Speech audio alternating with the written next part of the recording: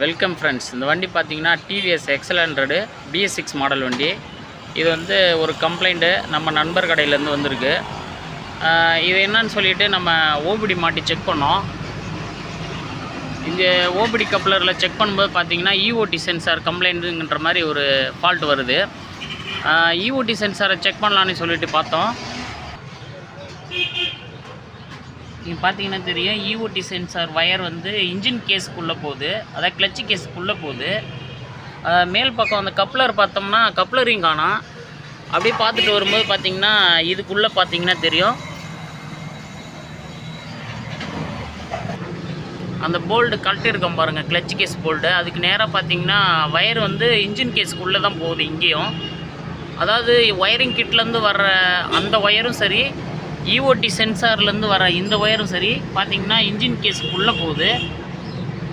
இது என்னன்னு சொல்லிட்டு நம்ம இப்போ இன்ஜின் கேஸ் கழட்டி பார்ப்போம்.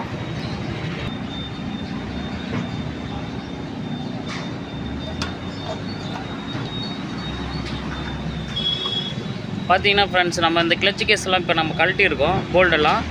இப்போ நம்ம இதை வெளியில் எடுத்துகிட்டு இதில் பார்த்தீங்கன்னா தெரியும், நமக்கு வந்து EOT சென்சார் வர கப்ளர் பார்த்திங்கன்னா இன்ஜினை, அதாவது கிளச்சு கேஸுக்குள்ளே இருக்குது. இங்கே பார்த்தீங்கன்னா தெரியும், இந்த இடம் வந்து கிளச்சு கேஸை கழட்டி மாட்டும் போது யாரோ தவறாக இந்த வேலையை பார்த்துருக்குறாங்க. இங்கே பார்த்தீங்கன்னா உள்ளேருந்து வருது கப்ளரு. இந்த கப்ளர் நம்ம வெளியில் செக் பண்ணும்போது காணோம். அதுக்காக நம்ம வண்டி சாட்சி போட்டுட்டு வயரை செக் பண்ணும்போது பார்த்திங்கன்னா இன்ஜின், அதாவது கிளச்சு கேஸுக்குள்ளே போகிறத பார்த்துட்டு தான் இப்போ நம்ம இதெல்லாம் கழட்டியிருக்கோம். இங்கே பார்த்தீங்கன்னா வயர்லாம் ரொம்ப டேமேஜ் ஆகிடுச்சு. இந்த இடம் பார்த்தீங்கன்னா வயர்லாம் நஞ்சு போயிடுச்சு.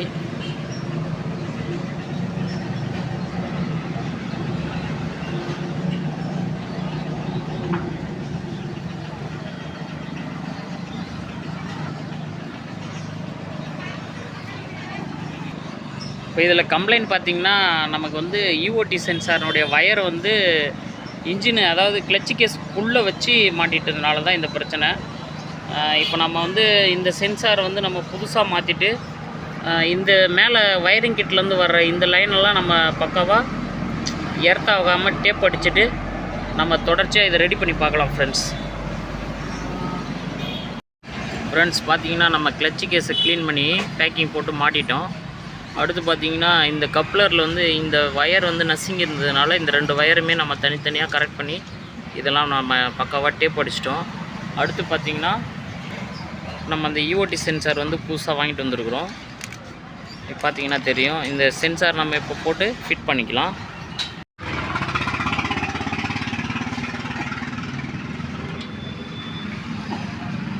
இதுதான் பார்த்திங்கன்னா டெம்பரேச்சர் சென்சாரு. இப்போ நம்ம இது புதுசு போடுவோம். இது பார்த்திங்கன்னா பழைய சென்சாரு.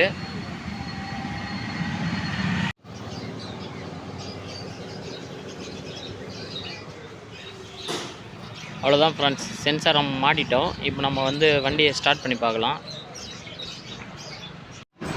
ஃப்ரெண்ட்ஸ் பார்த்திங்கன்னா இதில் வண்டி விவரம் தெரியாத கையை வச்சுட்டு நிறைய பிரச்சனையை உண்டு பண்ணிட்டாங்க.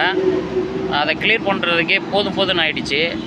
இதில் என்னன்னு பார்த்தீங்கன்னா, நான் ஸ்க்ரீன்ஷாட் போடுறேன் பாருங்கள். இதில் வந்து கம்ப்ளைண்ட் எத்தனை காமிக்குதுன்னு பாருங்கள்.